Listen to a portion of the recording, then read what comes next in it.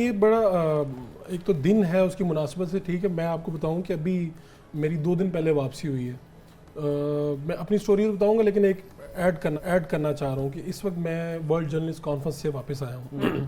South Korea میں ہم 6 دن کے لیے اکٹھے تھے اور 70 ممالک سے, یعنی ترقی یافتہ بھی اور جو ترقی کی طرف بڑھ رہے ہیں اور جو پسماندہ ممالک ہیں ان سب کے صحافی ہم اکٹھے تھے. تو ہمیں اتنے دن اکٹھے گزارنے کا موقع ملا. میں نے باقی لوگوں سے جو انٹرنیشنل ہمارے ادارے ہیں ان کے لوگوں سے ملا ہوں. پھر ان ملکوں میں بھی جہاں پر بات کرنے پر یہاں پر تو دھمکی آتی ہے نا, ایسے ممالک بھی تھے. آپ سیول میں تھے, سیول میں تو کم جونگ ان کا ڈنکا بجتا ہے. جی وہاں پہ یہ یعنی صورتحال میں نے لوگوں سے ملا ہوں.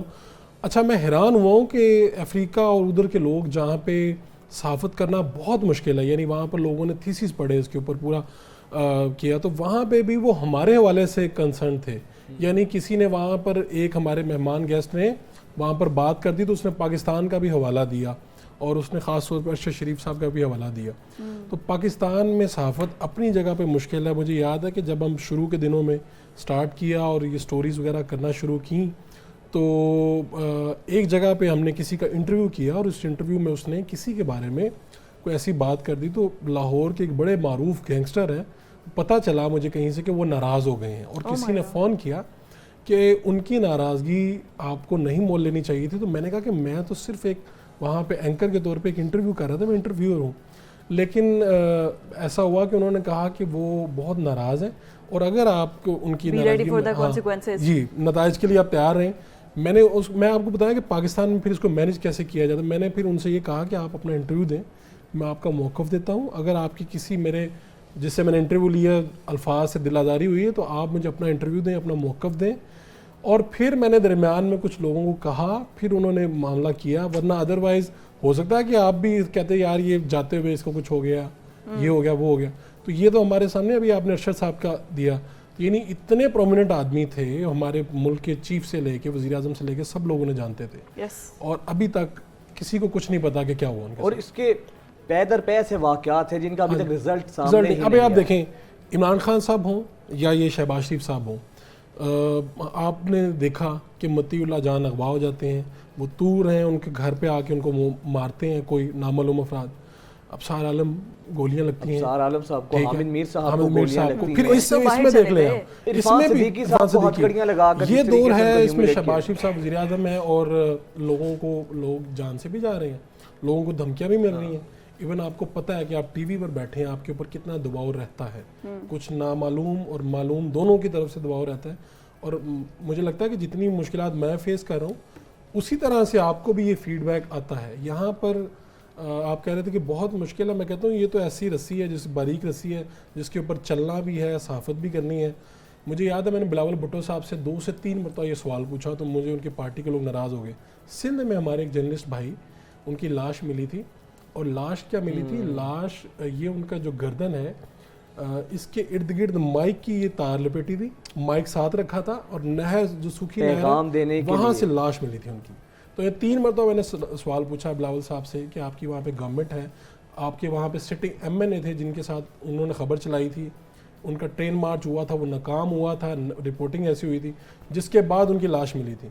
تو مجھے یاد ہے کہ پیپلز پارٹی کے کئی رہنما جو آزادی صحافت پہ بڑا یقین رکھتے ہیں میرے پاس آگے, انہوں نے کہا آپ بار بار یہ سوال کیوں پوچھتے ہیں. میں نے کہا جن کی گورنمنٹ ہے ان سے سوال پوچھا جاتا ہے, جو صوبے پہ حکمران ہے ان سے سوال پوچھا جاتا ہے. ابھی تک اس صحافی کا قتل کا کوئی پتہ نہیں. اچھا صحافیوں پر بھی میں سمجھتا ہوں کافی ذمہ داری عائد ہوتی ہے.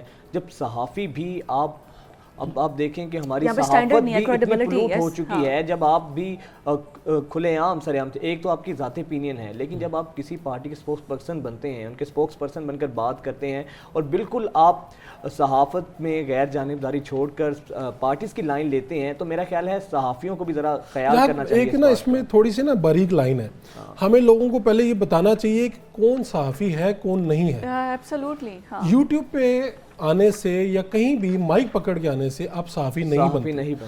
کیا آپ نے کوئی صحافت کے جو اصول ہیں وہ سیکھے ہیں, کیا آپ نے صحافت کی کوئی پڑھائی ہے, کوالیفیکیشن ہے, ڈاکٹر بننا ہے MBBS کر لو, وہ کرنا ہے وہ کر لو, انجینئر بننے کا لو, صحافی ہے مائک لے لو اور صحافی بن جاؤ.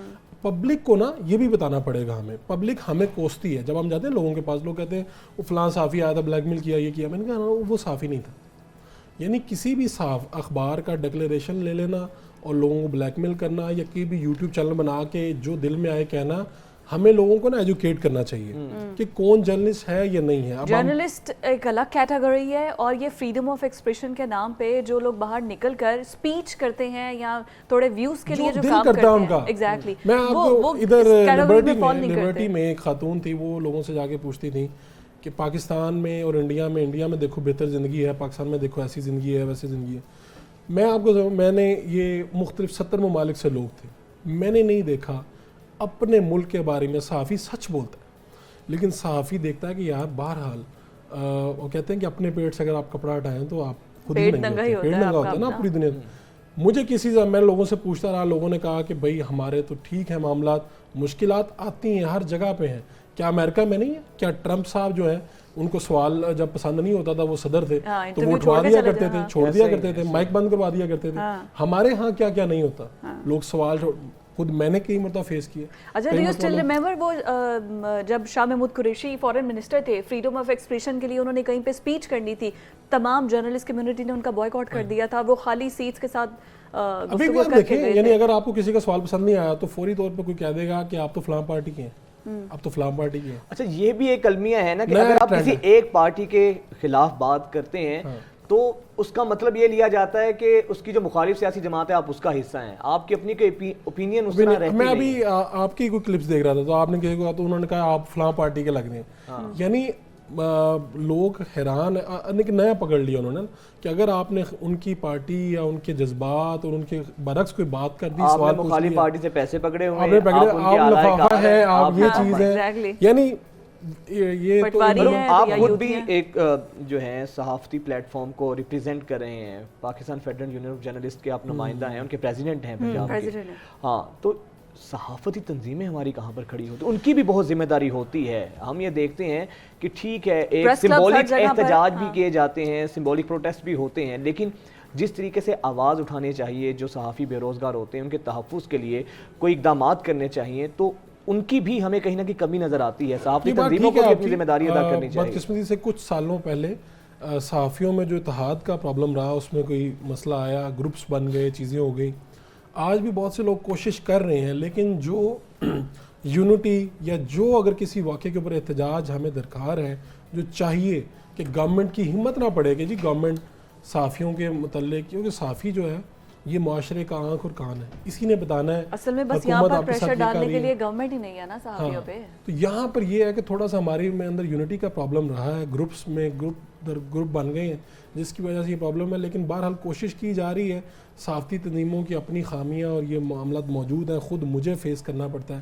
یعنی جب ہم کوئی چیز ایسے کرتے ہیں اور ہم کہتے ہیں اکٹھے ہونا ہے, تو لوگ جو ہیں وہ اپنی کوشش کرتے ہیں کہ یار کسی ایک پلیٹ فارم پہ اکٹھے نہ ہوں, اپنی اپنی آراء کا اظہار کریں, اپنی اپنی بات کر لیں. لیکن جب تک ہم اکٹھے نہیں ہوں گے, وکلا کی ایک مثال دی جاتی ہے کہ وکلا میں اگر کوئی مسئلہ آیا, کسی کا مسئلہ ایسے اکٹھے ہیں اور اپنا حق لیتے ہیں, گورنمنٹ کو ان کو دکھاتے ہیں, گورنمنٹ کو کہ یہ ہمارا حق ہے. پولیس والے, پولیس, ہاں ایگزیکٹلی, پولیس والے جتنی بھی یونینز ہیں. اچھا, پولیٹیکل ڈویژن ہمیں صحافیوں میں بھی اب نظر آنے لگا ہے, بہت زیادہ ہے.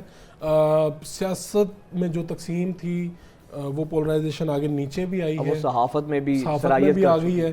لیکن اللہ کرے کچھ لوگ ابھی بھی اکٹھے ہیں آج بھی. جس طرح آج دن ہے, تو آج پریس کلب نے جتنی بھی صحافتی تنظیمیں ہیں, پی یو جیز ہیں, آر یو جیز, سب کو بلایا ہوا ہے.